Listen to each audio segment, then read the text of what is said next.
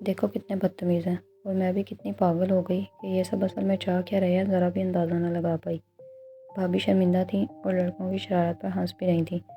اس میں آپ کا بھی اتنا قصور نہیں جتنا زاہد بھائی کی طعنے بازی کا تھا، صبا نے بھی کہا تو وہ ہنس دیں۔ ہاں واقعی ان کی بات تو دل پہ لگی تھی، انہوں نے برملا اعتراف کیا۔ مصطفیٰ بھائی کو دیکھا تھا کیسے ان کی نگاہ شہوار کے چہرے پر جم بھی گئی تھی، اور باقی سارے لڑکے بدتمیز بھنگڑے ڈالنے اور تالیاں پیٹنے لگ گئے تھے۔ آسما نے بھی ایک نقطہ اٹھایا تو انا کی ساری توجہ اس طرف مبذول ہوئی۔ کیا واقعی مصطفیٰ بھائی نے دیکھا تھا؟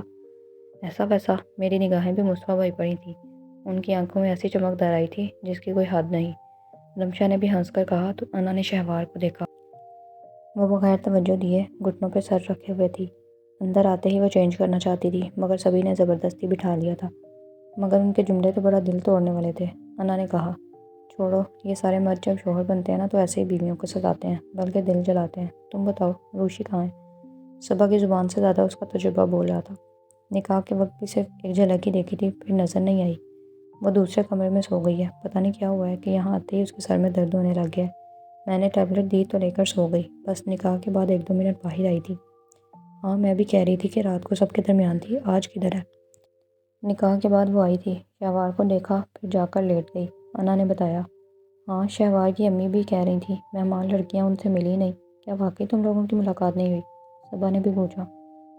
ہاں ان سے باقاعدہ تعارف نہیں ہوا، بس آتے جاتے سرسری نگاہ پڑی ہے۔ وہ خود بھی خاصی بزی رہی ہیں، انہوں نے بھی توجہ نہیں دی تو میں ان کی مصروفیت دیکھ کر سمجھی کہ کوئی مہمان خاتون میں سے یا نگران ہوں گی، مگر نکاح کے وقت شہوار کے پاس موجود دیکھ کر پتہ چلا کہ وہ شہوار کی امی ہیں۔ ہاں یوں سمجھو ساری حویلی کا انتظام ان کے ہاتھوں میں ہی ہے، تو 2 دن سے خاصی بزی ہیں۔ ہم خود بھی ان کے پاس جا کر مل کر آئی ہیں۔ عائشہ نے بھی بتایا تو اس نے سر ہلایا۔ میں نے سرسری سے ہی دیکھا ہے، دراصل اتنے مہمانوں میں ٹھیک سے دیکھ نہیں پائی، روشانے تو سرے سے ہی ان سے ناواقف ہے، اس کا تو ان سے سامنا ہی نہیں ہو پایا، انا نے بتایا۔ وہ فارغ ہوتی ہیں تو میں تم دونوں سے ملواتی ہوں، عائشہ نے فوراً کہا۔ پتہ ہے عائشہ، روشانے کو دیکھ کر لگتا ہے کہ میں نے اسے کہیں دیکھ رکھا ہے۔ یہ تو مجھے کل ان لوگوں کے یہاں آنے کے بعد یاد آیا کہ میں نے روشانے کو کہاں دیکھا ہوا ہے۔ صبا نے انکشاف کیا تو شہوار نے چونک کر اسے دیکھا۔ کیا واقعی؟ انا نے پوچھا۔ روشانے کو دیکھ کر شہوار، ماجی اور لائبہ بھابی بھی اسی قسم کی فیلنگز کا شکار ہوئی تھی۔ اچھا کہاں دیکھا ہے؟ صبا نے کہا۔ مصطفیٰ بھائی کی فوٹوگرافز میں، صبا نے انکشاف کیا۔ مطلب؟ انا نے الجھ کر پوچھا۔ مصطفیٰ بھائی جب پاکستان لوٹے تھے تو ان کی وہاں کی بہت ساری تصاویر تھیں، ان میں سے کئی تصاویر میں ولید اور روشانے بھی تھیں۔ شروع ہی کی تصاویر کو دیکھ کر ماں جی پریشان بھی ہوئی تھی کہ پتہ نہیں اس لڑکی کا کیا سلسلہ ہے۔ ماں جی براہ راست مصطفیٰ سے پوچھ بھی نہیں سکتی تھی کہ لڑکی محض دوست کی بہن ہی ہے یا کچھ اور بھی ہے۔ بہرحال پاکستان آنے کے بعد وہ ان لوگوں کی بہت تعریفیں کرتے تھے، پھر رفتہ رفتہ یہ موضوع دھیما پڑا تو ماں جی سمجھنے لگیں کہ مصطفیٰ بھائی ان کو بھول گئے ہیں۔ یہ تو کل روشانے کو مصطفیٰ بھائی کے حوالے سے یہاں دیکھ کر سارا قصہ یاد آ گیا۔ اوہ، انا بے اختیار کھلکھلا کر ہنس دی، تو وہ یہ سارا سسپینس تھا۔ مصطفیٰ بھائی کا وہاں ہماری فیملی کے ساتھ بڑا اچھا ریلیشن رہا ہے، یوں کہہ لیں کہ ہماری فیملی کے ایک فرد کی حیثیت سے اپنے اپارٹمنٹ کی بجائے ہر وقت ہمارے گھر میں ہی پائے جاتے تھے۔ ہم لوگ پاکستان آ گئے اور روشانے، ماموں اور ولی ادھر ہی رہے۔ مصطفیٰ بھائی روشانے کو بہن کہا کرتے تھے، اور جب تک وہ وہاں رہے روشانے بتاتی ہے کہ انہوں نے بالکل ولی کی طرح ہر جگہ ہر مقام پر ایک بڑے بھائی کی حیثیت سے اس کا خیال رکھا ہے، حتیٰ کہ باہر آتے جاتے یونیورسٹی بھی وہ لے جایا کرتے تھے۔ باقی بھائیوں کی نسبت مصطفیٰ بھائی ان معاملوں میں بڑے ذمہ دار ہیں۔ عباس بھائی اور سجاد بھائی اکثر ہمیں ڈرائیور کی ذمہ داری میں دے جاتے ہیں، مگر جب سے مصطفیٰ پاکستان آیا ہے کہیں جانا ہو، گھر میں ڈرائیور بھی ہو تو خود لے کر جاتا ہے۔ اس معاملے میں وہ بہت ذمہ دار ہے۔ وہ کہتا ہے کہ اپنی بہنوں کی ذمہ داری جس طرح ہم خود ادا کر سکتے ہیں کوئی دوسرا نہیں کر سکتا۔ اس کا موقف ہے کہ گھر کی خواتین کو ملازم کی ذمہ داری میں دے دینا کوئی خوبی نہیں، اصل خوبی تو یہ ہے کہ اپنی خواتین کو خود اپنی ذات میں تحفظ فراہم کیا جائے۔ صبا کے الفاظ پر انا ایک دم متاثر ہوئی۔ بہت اچھی سوچ ہے، آج کل کے مردوں میں اب ایسی سوچ کہاں رہتی ہے بھلا؟ اس نے دل سے سراہا۔ میں اب چینج کرنے لگی۔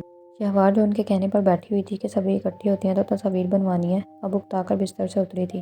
ابھی رہنے دو، میں نے مصطفیٰ بھائی کو بلوایا ہے، وہ آ جائیں تو چند تصاویر بنا لو، وہ بھی تمہیں دیکھ لیں گے پھر چینج کر لینا، عائشہ نے شرارتی انداز میں کہا تو وہ سرخ ہو گئی۔ مجھے نہیں بنانی کوئی تصاویر، میں بہت تھک گئی ہوں۔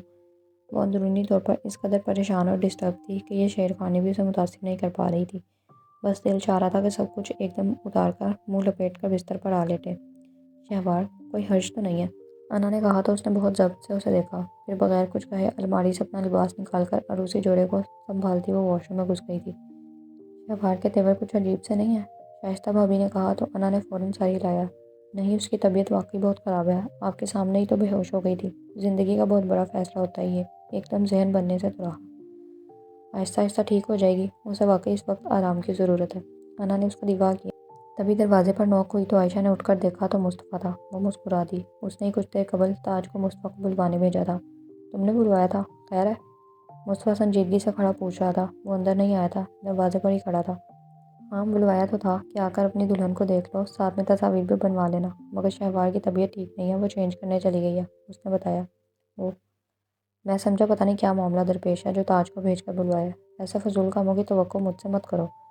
وہ کچھ خفگی سے کہہ کر پلٹا تو عائشہ فوراً سامنے آئی۔ کیا بات ہے؟ ادھر تم خفا تیور لیے ہوئے ہو اور ادھر وہ بھی پریشان ہے، کوئی بات ہوئی ہے کیا؟ یہ نکاح تو طے تھا نا؟ دھیمے لہجے میں عائشہ نے کہا تو مصطفیٰ نے ایک گہرا سانس لیا۔ میں نارمل ہی ہوں، خفا نہیں ہوں۔ اب ان محترمہ کا کیا ری ایکشن ہے مجھے خبر نہیں۔ اس نے اپنا دفاع کیا۔ وہ محترمہ اب تمہاری بیوی ہوتی ہیں۔ عائشہ نے لطیف سی شرارت کرنا چاہی۔ وہ بھی بالکل جائز ملکیت۔ شائستہ بھابی قریب آ گئیں اور ہنس کر کہا، اب ادھر آ ہی گئے ہو تو اندر آنے میں کوئی حرج بھی نہیں، اتنے لوگوں میں ایک نظر خاک اچھی طرح دیکھا ہوگا، اب دیکھ لو۔ بھابی نے شرارت کی تو وہ مسکرا دیا۔ مصطفیٰ نے ان کے عقب میں کمرے میں جھانکا، وہاں چند ایک کے علاوہ تقریباً سبھی تھیں۔ اتنے ہجوم میں؟ اوئے ہوئے، اب زیادہ خوش فہمیوں میں مت پڑ جاؤ۔ تمہاری بہن نے بلوایا تو ہم رعایت دے رہے ہیں، مائنڈ اٹ۔ ابھی صرف نکاح ہوا ہے، رخصتی نہیں، علیحدگی میں ملنے کی بات تو رخصتی کے بعد ہی کرنا۔ بھابی نے اس کے جملے پر گرفت کی تھی۔ عائشہ ہنس دی۔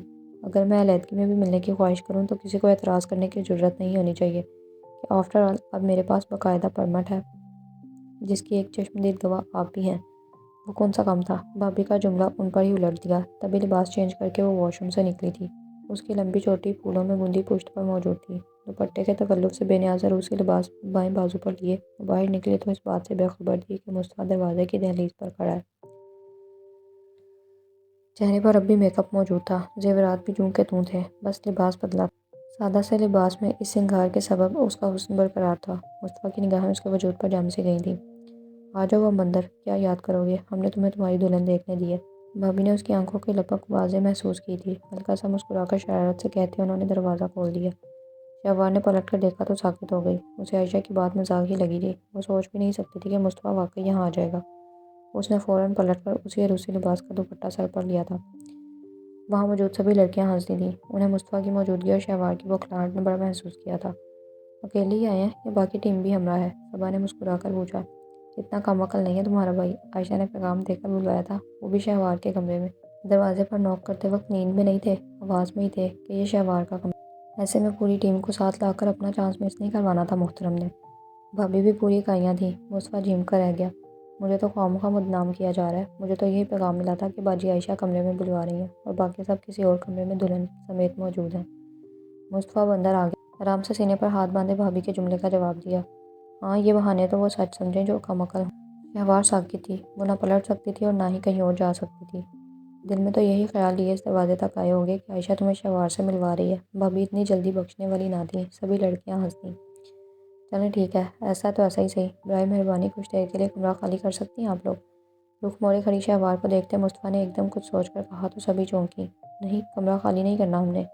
عائشہ نے فوراً انکار کیا۔ اس کے پیش نظر شہوار کی ذات تھی، یقیناً وہ بعد میں خفا ہوتی۔ کوئی حرج بھی نہیں، ہم کمرہ خالی کر دیتے ہیں، بیچارے کی خواہش ہے، آج کے دن پوری کر دیں۔ آؤ شہوار، ساتھ والے کمرے میں چلتے ہیں۔ شائستہ بھابی تو اس وقت پورے موڈ میں تھیں، فوراً کانپتی شہوار کو بازو میں لیا تھا۔ انا نے ہنستے ہوئے سر تھاما۔ مصطفیٰ کی حالت دیکھنے والی تھی، اس نے بڑی بے بسی سے سبھی لڑکیوں کو دیکھا۔ مصطفیٰ نے آنکھوں ہی آنکھوں میں صبا کو کوئی اشارہ کیا۔ پہلے تو وہ تذبذب کی حالت میں پڑی رہی اور پھر شہوار کی طرف بڑھی۔ شہوار کو رہنے دیں، آپ سب نکلے یہاں سے، اب میرا بھائی اس سارے قصے کا برابر کا شراکت دار ہے، اگر وہ علیحدگی میں دلہن کو دیکھنا چاہتا ہے تو کوئی حرج بھی نہیں۔ صبا نے ان کی گرفت سے شہوار کا ہاتھ نکالا۔ اوئے ہوئے، بھائی کی طرفداریاں، ابھی باہر جا کر ڈنڈورا پیٹ دوں؟ بھابی نے دھمکایا۔ کوئی بات نہیں، ہم زاہد بھائی کو بلوا لیتے ہیں، وہ آ کر لے جاتے ہیں آپ کو۔ مصطفیٰ نے سنجیدگی سے کہا تو بھابی کی شکل دیکھنے والی تھی۔ آؤ لڑکیوں چلتے ہیں، آج کا دن ویسے بھی اسی کا ہے، کیا یاد کرے گا؟ بھابی نے ہنستے ہوئے کہا تو مصطفیٰ مسکرا دیا۔ ذرا نوازی آپ کی، اس نے سر تسلیمہ خم کیا تھا۔ بھابی سمیت باقی سب بھی ایک ایک کر کے نکل گئی تھیں۔ عائشہ اور انا کے نکلنے کے بعد صبا نے لرزتی کانپتی شہوار کو بڑی شرارتی نظروں سے دیکھا۔ بالکل سادہ سوٹ میں اور روسی لباس کا دوپٹہ لیے ہوئے بھی وہ بہت پیاری لگ رہی تھی۔ صبا نے اس کے ہاتھ سے لباس لے کر بستر پر رکھ دیا تھا۔ صبا، اس نے روحان سے انداز میں اس کا ہاتھ تھاما تو اس نے مسکرا کر دیکھا۔ میرا بھائی اتنا خوفناک نہیں ہے کہ تم اتنا ڈرو، اس نے شرارت کی۔ اوکے چلتی ہوں، کچھ نہیں کہیں گے، بس تھوڑی دیر ٹھہریں گے اور پھر چلے جائیں گے، ہم باہر ہی ہیں۔ اس نے دھیمے سے اسے تسلی دی اور اپنا ہاتھ چھڑوا کر دروازے کی طرف بڑھی۔ مصطفیٰ بھائی دیکھیں، خیال رکھیے گا، پہلے ہی اس کی طبیعت خراب ہے۔ جاتے جاتے اس نے تاکید کی تو مصطفیٰ مسکرا دیا۔ صبح باہر نکلی تو مصطفیٰ نے پلٹ کر دروازہ لاک کر دیا۔ وہ عائشہ کے ساتھ مسکراتی ہوئی باہر نکلی تھی، مگر ہاتھ میں پکڑے موبائل کی بیل بجنے لگی تو اس نے دیکھا ولید کی کال تھی۔ اس نے مسکراتے ہوئے کال اٹینڈ کی۔ اس وقت اس کا اپنا دل بھی ولید کے پاس جانے کو چاہ رہا تھا۔ جی ولی، انا یہ میں ہوں احسن، تم باہر آ جاؤ، مجھے تم سے ضروری بات کرنی ہے۔ احسن نے کہتے ہی کال بند کر دی تھی۔ میں ابھی آتی ہوں، وہ عائشہ سے کہہ کر فوراً باہر آ گئی تھی۔ وہ لان سے گزر رہی تھی جب کوئی ایک دم سامنے آیا تھا۔ وہ ایک دم تٹک کر رکی۔ کون ہے؟ شام کا اندھیرا ہر سو پھیل رہا تھا۔ عصر کے بعد نکاح ہوا تھا، پھر کھانا کھایا گیا، اب تو رات پھیل رہی تھی۔ السلام علیکم۔ انا سامنے والے کو دیکھ کر الجھی۔ یہ انہی لوگوں میں سے کوئی لڑکا تھا، رات اور دن میں بھی 2 بار دکھائی دیا تھا۔ باقاعدہ کسی لڑکے سے کوئی تعارف نہیں ہوا تھا۔ اب ہر کوئی اپنے شوہر یا بھائی کا نام لے کر ذکر کر رہی تھی۔ اس لڑکے کے بارے میں وہ بے خبر تھی کہ کون ہے۔ کیسی ہیں آپ؟ وہ باقاعدہ نزدیک آ کر کھڑا ہوا تھا۔ انا نے ناگواری سے اسے دیکھا۔ آپ کون؟ اس خاندان کا ایسا لڑکا تو کوئی بھی نہیں تھا کہ یوں اچانک روک کر حال چال پوچھتا۔ اب تک تو اچھا خاصا مہذبانہ رویہ رہا تھا سبھی کا، مہمان سمجھ کر خاصی عزت سے پیش آ رہے تھے۔ جی حماد، لڑکے نے تعارف کروایا تو بھی وہ اسے دیکھے گئی۔ تعارف نامکمل سا تھا۔ آپ کا نام بہت پیارا ہے، بالکل آپ کی طرح، بالکل یونیک سا۔ آپ کو پریشان کرنا میرا مقصد نہیں تھا۔ آپ کو ادھر سے گزرتے دیکھا تو روک لیا۔ میں زاہد بھائی کا سب سے چھوٹا بھائی ہوں، وہ کہہ رہا تھا۔ انا نے خاصی حیرت اور الجھن سے اسے دیکھا۔ اس کے ہاتھ میں موجود موبائل پھر بجنے لگا تو وہ اسے وہیں چھوڑ کر فوراً وہاں سے بھاگی۔ پتہ نہیں کیوں روکا مجھے، اور نام کی تعریف کا بھلا کیا مقصد تھا؟ وہ الجھتے ہوئے ولید اور احسن کے کمرے کی طرف چلی آئی۔ ولید تھا نہیں، احسن موجود تھا۔ خیریت بھائی، ولید کہاں ہے؟ ان کا موبائل آپ کے پاس کیوں ہے؟ ولید مصطفیٰ کے بھائیوں کے ساتھ باہر نکلا ہوا ہے، وہ اپنا موبائل یہیں بھول گیا تھا۔ گھر سے کال آئی تھی، پاپا چاہ رہے ہیں کہ ہم فوراً واپس پہنچیں۔ احسن نے بلانے کی وجہ بتائی تو وہ چونکی۔ کیوں خیریت؟ ہمارا تو کل دن میں رکنے کا پروگرام تھا نا۔ ماموں کی طبیعت ٹھیک نہیں ہے، ان کا بی پی شوٹ کر گیا ہے، وہ آج سارا دن ہسپتال میں گزار کر آئے ہیں، احسن بتا رہا تھا۔ اوہ، اب کیسی طبیعت ہے؟ وہ فوراً فکر مند ہوئی تھی۔ بابا بتا رہے تھے کہ پہلے سے بہتر ہے، مگر وہ ولید اور رشانے کو یاد کر رہے ہیں۔ پاپا کا خیال ہے کہ ہم آج ہی واپس آ جائیں، احسن نے مزید بتایا۔ ولید کو علم ہے؟ نہیں، ابھی میرے نمبر پر ہی کال آئی تھی تو میں نے اسے کال کی تو پتہ چلا کہ وہ موبائل یہیں چھوڑ گیا ہے۔ رشانے کہاں ہیں؟ انہوں نے مزید پوچھا۔ پتہ نہیں کیا ہوا اسے، رات تک تو ٹھیک تھی، صبح بھی ٹھیک تھی، عصر کے بعد سے شدید سر درد ہو رہا ہے۔ میں نے دوائی دی تو لیٹ گئی، نکاح کے وقت بھی بس تھوڑی دیر کے لیے بیٹھی تھی، اب بھی سوئی ہوئی ہے۔ اوہ اچھا، ایسا کرو اندر کسی سے مصطفیٰ کے کسی بھائی کا نمبر لے کر ولید کو خبر، میں پیکنگ کر لیتا ہوں اتنی دیر میں۔ اور رشانے کی طبیعت زیادہ خراب ہے کیا؟ احسن نے فطری فکر مندی سے پوچھا۔ بس سر درد ہے۔ اچھا ایسا کریں، میں رشانے کو ادھر بھیجتی ہوں، خود ہی اس سے بات کر لیں، میں بتاؤں گی تو وہ پریشان ہو جائے گی۔ مجھے تو خود سن کر ماموں کی طرف سے اتنی فکر ہونے لگی ہے، ماموں کو لے کر وہ بہت جلد پریشان ہو جاتی ہے۔ اچھا ٹھیک ہے، اپنے نمبر سے رابطہ نہیں کرنا، یہ ولید کا سیل لے جاؤ، اسی سے کال کرنا، اوکے؟ احسن نے اسے ولید کا موبائل تھمایا تو وہ اسے لے کر باہر نکل۔ اب کہ اس نے بے پرواہی سے گزرنے کے بجائے احتیاطاً اطراف میں دیکھا، کوئی نہ تھا۔ اس نے سکون کا سانس لیا، اندر آ کر رشانے کو اٹھا کر احسن کے پاس بھیجا اور خود عائشہ سے اس کے بھائی سجاد کا نمبر لے کر اسی کمرے میں آ گئی جہاں رشانے لیٹی ہوئی تھی۔ اس نے سجاد کا نمبر ملایا، انہوں نے چند بیلز کے بعد کال ریسیو کر لی تھی۔ السلام علیکم، میں انا بات کر رہی ہوں، ولید کی کزن۔ ولید اگر آپ کے پاس ہے تو اس سے بات کروا دیں، اس نے فوراً کہا۔ جی ولید ہمارے ساتھ ہی ہے، ابھی بات کرواتا ہوں۔ انہوں نے فوراً ولید کو تھمایا۔ ہیلو کون؟ وہ لائن پر تھا۔ میں انا بات کر رہی ہوں۔ اوہ خیریت؟ وہ سجاد کے نمبر پر انا کی آواز سن کر چونکا۔ جی، گھر سے پاپا کی احسن بھائی کے نمبر پر کال آئی تھی، ماموں کی طبیعت تھوڑی سی خراب ہے، پاپا کہہ رہے ہیں کہ گھر پہنچیں، اس نے بتایا تو دوسری طرف حسب توقع ولید پریشان ہو اٹھا۔ کیا ہوا ہے بابا؟ احسن بھائی بتا رہے تھے کہ ان کا بی پی شوٹ کر گیا ہے، آج سارا دن ہسپتال میں رہے ہیں، آپ اپنا سیل ادھر ہی چھوڑ گئے ہیں، اسی لیے عائشہ سے نمبر لے کر اس نمبر پر کال کرنا پڑی، اس نے تفصیلاً کہا۔ اوکے، ہم ابھی واپس آتے ہیں۔ اس نے کال بند کی۔ موبائل ابھی اس کے ہاتھ میں ہی تھا کہ بجنے لگا۔ ولید کے موبائل پر کال تھی، اس نے اسکرین دیکھی تو وہاں کیتی کے حروف جگمگا رہے تھے۔ انا کے ٹھٹکنے کی بڑی وجہ نام نہیں بلکہ نام کے ساتھ اسکرین پر جلوہ افروز تصویر تھی۔ اس نے کبھی ولید کا موبائل نہیں پکڑا تھا، اسے نہیں خبر تھی کہ اس کا موبائل کیسا ہے، کس ماڈل کا ہے اور کس قسم کا ہے، مگر اب موبائل پر جلوہ افروز تصویر اسے ساکت کر رہی۔ یہ تصویر کیتھی نام کے نمبر سے مخصوص تھی، بہت ہی خوبصورت امریکن لڑکی، اتنی دلکش تو ضرور تھی کہ وہ اسے دیکھ کر ساکت رہ جاتا، مگر اس وقت ساکت ہونے کی ہم وجہ لڑکی کے ساتھ کھڑا ولید تھا، جس نے ایک بہت خاص انداز میں لڑکی کا ہاتھ تھاما ہوا تھا۔ اس نے لرزتے ہاتھوں سے کال ریسیو کی۔ کہاں تھے؟ میں کب سے کال کر رہی ہوں، امریکن لب و لہجے میں کہتی وہ لڑکی انا کو لڑکھڑانے پر مجبور کر گئی تھی۔ وہ ایک دم بستر کے کنارے گری۔ ابھی مصطفیٰ سے میری بات ہوئی تھی، وہ بتا رہا تھا کہ تم اس کے نکاح کے سلسلے میں اس کے ہاں آئے ہوئے ہو۔ وہ لڑکی انگلش میں کہہ رہی تھی۔ انا نے خاموشی سے لب دانتوں تلے دبا لی۔ یہ لڑکی کون تھی؟ اس کا ولید سے کیا تعلق تھا؟ وہ ولید کے ساتھ اس تصویر میں کیا کر رہی تھی؟ وہ گمسم حواس باختہ سی بس کان سے موبائل لگائے سن رہی تھی۔ Walid, where are you listening me? وہ کوئی جواب نہ پا کر کہہ رہی تھی۔ انا نے کال بند کر دی۔ اس کی آنکھوں میں ایک دم نمی سی مٹ آئی۔ کال بند کرتے ہی تصویر غائب ہو گئی تھی، مگر انا ابھی بھی اذیت کی گہری کشمکش میں تھی۔ اس نے آج پہلی بار ولید کا موبائل تھاما تھا اور پہلی بار ہی جھٹکا لگا تھا۔ تو کیا ولید اس لیے اس کی طرف متوجہ نہیں ہوتا؟ کوئی اس کے اندر سے پکارا۔ کیا یہ کشش تھی جو اس کو ولید کے سامنے بے مایا کر دیتی تھی؟ اور ولید نے کبھی آنکھ اٹھا کر اسے نہیں دیکھا تھا۔ اس نے لرزتے ہاتھوں سے ولید کے موبائل کو تھاما۔ اس کا موبائل دیکھتے، مختلف فنکشنز چیک کرتے، مختلف فائلز کھولتے بند کرتے اس کا ذہن بالکل خالی تھا۔ پھر ایک فائل کھولتے وہ ٹھٹکی۔ اس میں مختلف تصاویر تھیں، ولید کی مختلف لوگوں کے ساتھ، مختلف جگہوں مقامات کی تصاویر، کچھ ماموں اور روشی کے ساتھ بھی تھیں۔ بعض تصاویر کسی پارک، کسی جھیل کے کنارے کی تھیں۔ ہر تصویر میں ولید کا الگ انداز تھا، ایک خاص سٹائل، مگر ہر تصویر میں اس کی شخصیت کی وجاہت، خوبصورتی برقرار تھی۔ وہ ایک تصویر دیکھ کر ٹھٹک گئی تھی۔ یہ وہی تصویر تھی جو کیتھی نام کے نمبر کے ساتھ محفوظ تھی، مگر اگلی تصویر ایسی تھی کہ وہ کتنی دیر تک بے حس و حرکت تصویر کو گھورے گئی۔ ولید کی اسی لڑکی کے ساتھ اسی لباس میں اور ماحول میں کھینچی گئی تصاویر تھی، مگر تصویر میں یہ خاص بات تھی کہ ولید سر جھکائے لڑکی کا ہاتھ پکڑے اسے کوئی چیز پہنا رہا تھا۔ دونوں کے ہونٹوں پر بڑی دل فریب مسکراہٹ تھی۔ انا کی آنکھوں میں بے اختیار آنسو بہتے چلے گئے۔ اس سے زیادہ اس کی ہمت نہ تھی کہ وہ کچھ دیکھتی۔ اس نے ایک دم فائلز بند کرتے موبائل ایک طرف ڈال دیا۔ اسے لگا کہ اس کا دل ٹوٹ گیا ہے۔ پہلے کوئی امید تھی، کوئی آس تھی، مگر اب ایک دم لگا کہ جیسے سب کچھ ختم ہو گیا ہے، اب کچھ بھی باقی نہیں رہا۔ اس نے خود کو مزید بکھرنے سے بچانے کے لیے واش روم میں خود کو بند کر لیا۔ مصطفیٰ دروازہ بند کر کے پلٹا تو وہ اسی طرح رخ موڑے کھڑی تھی، سادہ لباس کے اوپر عروسی دوپٹہ اوڑھے۔ وہ خاصی دلکش لگ رہی تھی۔ بڑا سا بھاری کامدار دوپٹہ بمشکل سر پر ٹکا ہوا تھا۔ اس دن جب وہ اس کے کمرے میں آیا تھا، اس کا زخم دیکھا تو بے پناہ غصے میں آ گیا تھا۔ اس کے بعد وہ سیدھا آفس آ گیا تھا اور ایاز کی خوب دھلائی کی تھی۔ وہ تو اس کے سامنے کچھ بھی نہ تھا، چند ضربوں میں ہی ادمغا ہو گیا تھا۔ تب امجد خان اور باقی ساتھیوں نے زبردستی اس پر قابو پاتے ایاز سے دور ہٹایا تھا، ورنہ اس دن ایاز اس کے ہاتھوں مر جاتا۔ اس کے بعد دوبارہ امجد خان نے اسے ایاز کے پاس نہیں جانے دیا تھا، بلکہ اس وقت بابا کو بلوا کر اسے باز رکھنے کے اقدامات بھی کر دیے تھے، ورنہ ایاز کو مار دینے کی تحریک تو ابھی بھی دل میں اٹھتی تھی۔ اس دن کے بعد وہ دانستہ شہوار کے سامنے نہیں آیا تھا۔ یوں لگتا تھا کہ اس کے آنسو اب بھی انگاروں کی مانند سینے پر دہک رہے تھے۔ پھر اگلے دن وہ گاؤں چلی گئی اور اس کے بعد اب سامنا ہو رہا تھا۔ رات تو وہ چادر میں چھپی ہوئی تھی، وہ دیکھ ہی نہیں پایا تھا۔ کچھ دیر قبل اگر گھونگھٹ الٹا بھی تھا تو دل کی سیری نہ ہوئی تھی۔ وہ آہستگی سے چلتا ہوا اس کے عقب میں آ ٹھہرا تھا۔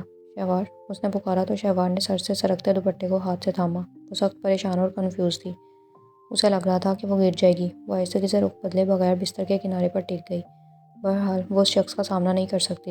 کہاں وہ کوئی بھی بندھن باندھنے کو تیار نہ تھی، اور اب ایک نئی حیثیت سے اس کے سامنے تھی۔ خجالت و شرمندگی سے برا حال ہو رہا تھا۔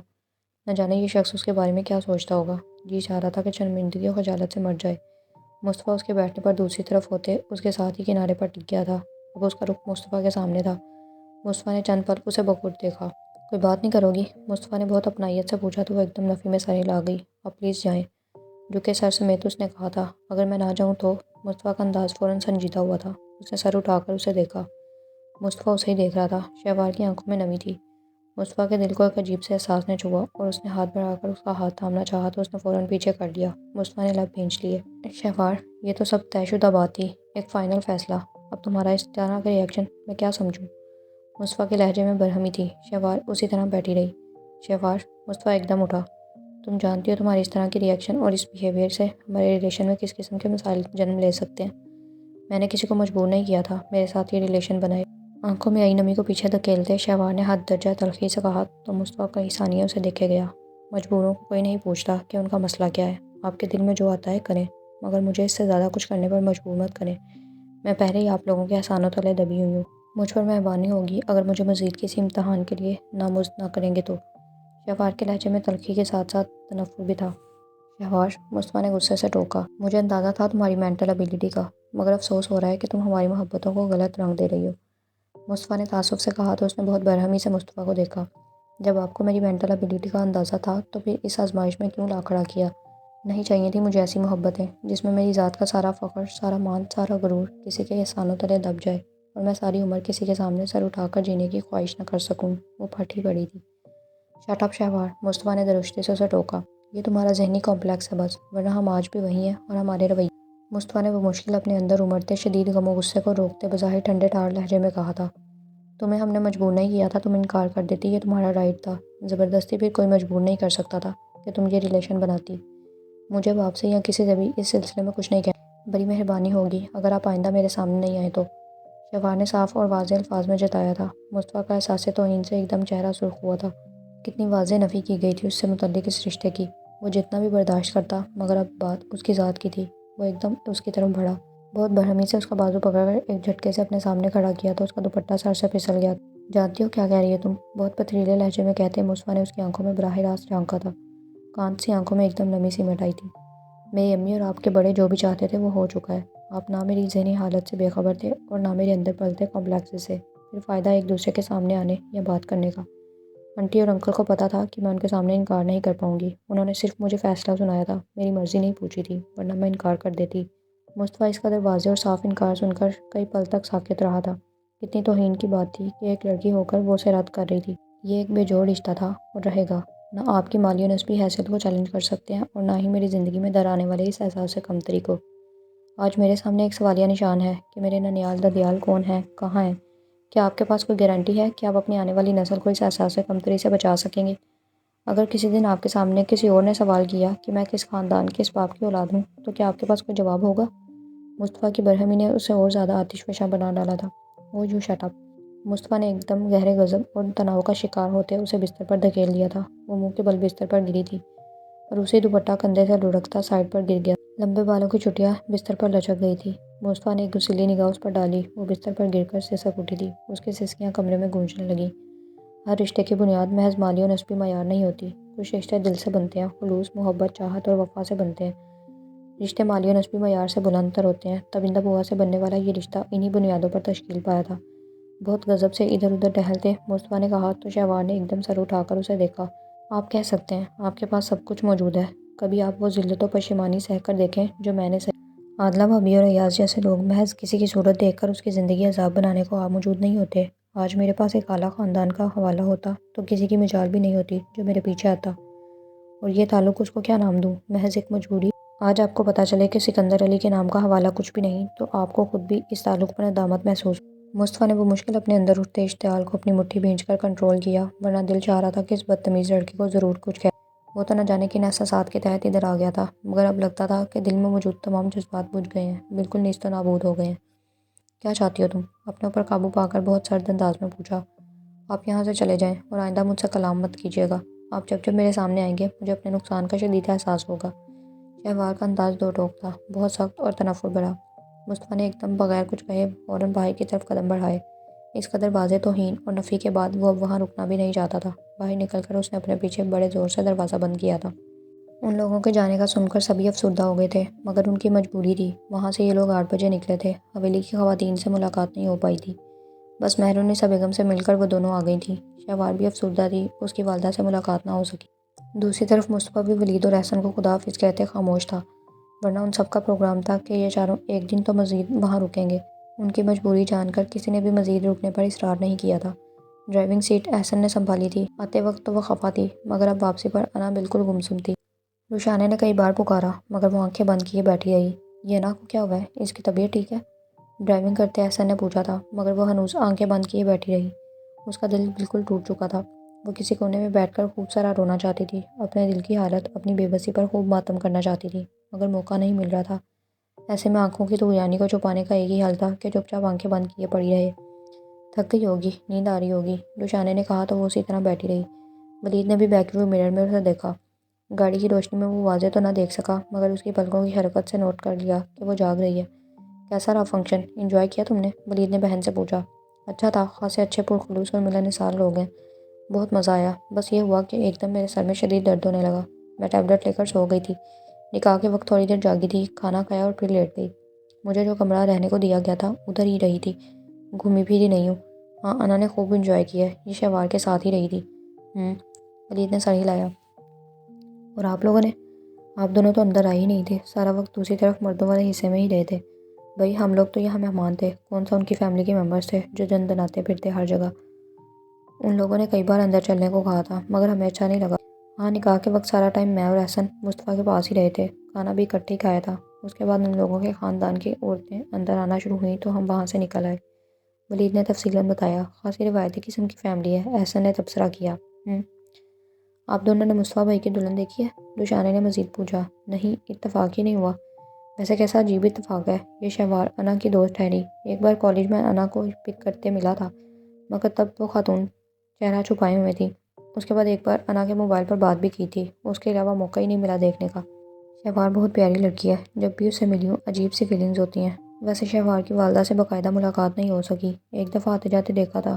خاصی سوبر سی خاتون لگی ہیں، مگر ساری تقریبیں بہت کم ان رہی ہیں۔ وہ زیادہ تر اپنے مہمانوں میں کمرے میں یا کچن میں ہی مصروف رہی ہیں، ہم سے تو ملی بھی نہیں۔ براہ راست تعارف کا موقع ہی نہیں ملا، ہاں آتے جاتے دیکھا ضرور ہے۔ کیوں، کیا کچھ مغرور سی ہیں؟ احسن نے بھی گفتگو میں حصہ لیا۔ نہیں، دور سے ہی سرسری سا دیکھا ہے، ایسی خاتون مغرور تو نہیں لگی۔ ہاں خاموش اور کام کو ضرور تھی، زیادہ تر کسی نہ کسی کام میں بزی ہی دکھائی دی تھی۔ چلو چھوڑو، ہوتے ہیں بہت سے لوگ ایسے بھی، مجھے تو بابا کی فکر لگی ہوئی ہے۔ گھر میں تو تم ہر وقت ان کا خیال رکھنے کو موجود ہوتی تھی، اب نہ جانے ایسا کیوں ہوا ہے کہ بی پی ایک دم شوٹ کر گیا ہے اور نوبت اسپتال جانے تک آ گئی ہے۔ ولید متفکر تھا، تبھی بیک ویو مرر پر یوں ہی نگاہ پڑی تو چونکا۔ اسے لگا کہ انا نے بہت آہستگی سے غیر محسوس انداز میں اپنے رخسار صاف کیے تھے، یوں جیسے وہ روئی تھی۔ اس کے اندر کچھ ہوا، وہ فوراً پلٹا۔ یہ اس قدر زندہ دل لڑکی ایک دم بیٹھے بٹھائے نہ جانے کیوں اس قدر زود و رنج اور نڈھال سی لگنے لگی تھی، نہ جانے کیوں اس کی آنکھیں بھیگنے لگی تھیں۔ کوئی وجہ تو تھی، کوئی ایسی بات یا کوئی سنگین دکھ جو اسے اندر ہی اندر کاٹ رہا تھا۔ اس طرح کہ آنکھوں سے آنسو بہتے تھے، مگر وہ کسی سے کہہ نہیں سکتی تھی، کسی کے سامنے رو نہیں سکتی تھی۔ ولید کا دل کسی نے مٹھی میں لے کر بھینچا تھا۔ انا، وہ پچھلی طرف مڑ گیا تھا، وہ خاموش رہی۔ انا، اس نے دوبارہ پکارا تو اس کی آنکھوں میں جنبش ہوئی، صرف پلکیں لرزی تھیں۔ سو رہی ہو کیا؟ اس نے پوچھا۔ انداز ہنوز وہی تھا، اسی طرح آنکھیں بند کیے، گویا وہ کسی سے بھی کلام نہیں کرنا چاہتی تھی۔ ولید کو لگا کہ وہ بولنا نہیں چاہتی، اگر وہ بولے گی تو سب کے سامنے رو دے گی، اور اس وقت وہ رونا نہیں چاہتی تھی تو سونے کا بہانہ کر رہی تھی۔ ویسا کیوں کر رہی تھی؟ وہ کون سی بات تھی، کون سا دکھ تھا جو اسے رلا رہا تھا؟ ولید نے بہت ضبط سے خود پر کنٹرول کیا تھا۔ وہ اس کی پھوپھی ذات تھی، کوئی غیر نہ تھی۔ اگر کوئی غیر ہوتی تو بھی اس کا دکھ بانٹنے کی کوشش کرتا۔ نہ جانے کیا بات تھی کہ وہ اسے یوں بکھرتے نہیں دیکھ سکتا تھا۔ اس کا دل چاہا کہ وہ اسے جھنجھوڑ کر رکھے اور اسے اس حد تک مجبور کرے کہ جب تک وہ اس کے سامنے دل کی بات نہ کہہ لے، اپنا دکھ نہ آشکار کر دے، وہ اسے چھوڑے نہیں۔ مگر یہ تو دکھ تھا کہ وہ اس سے کیا کسی سے بھی اپنے دل کی بات کہنے کو تیار ہی نہیں تھی، اپنے دل کا درد کھولنے پر آمادہ ہی نہیں تھی۔ ولید نے بہت دکھ سے چہرہ واپس موڑتے اندھیرے میں نظریں گاڑ دیں۔